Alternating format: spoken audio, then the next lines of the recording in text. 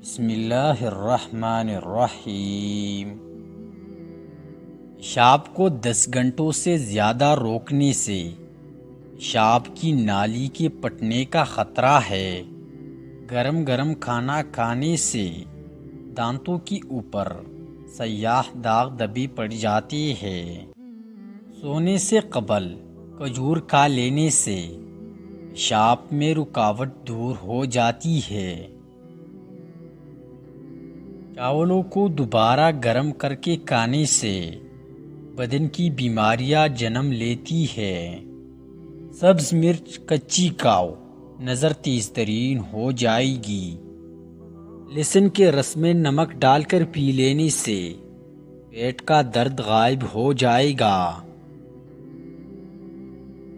مکھن ہونٹوں پر لگانے سے ہونٹ نہیں پھٹتے۔ روٹی کی چوری بنا کر کھانے سے روٹی جلدی ہضم ہو جاتی ہے اور پیٹ کی تند نہیں بڑھتی۔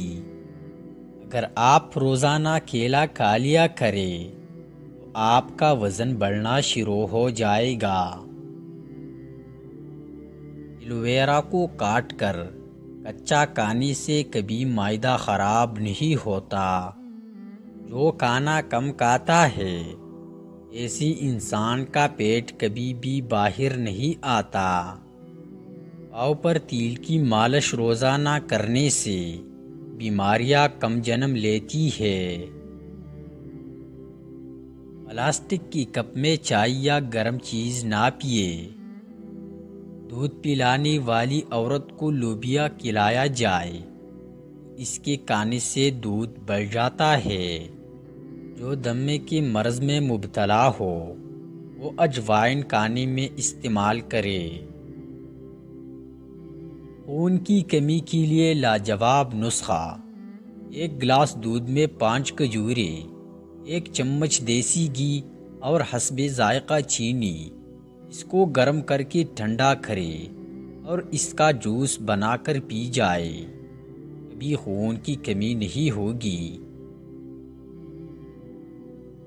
گلے کے درد کے لیے نیم گرم دودھ سے بہتر کوئی بھی چیز نہیں۔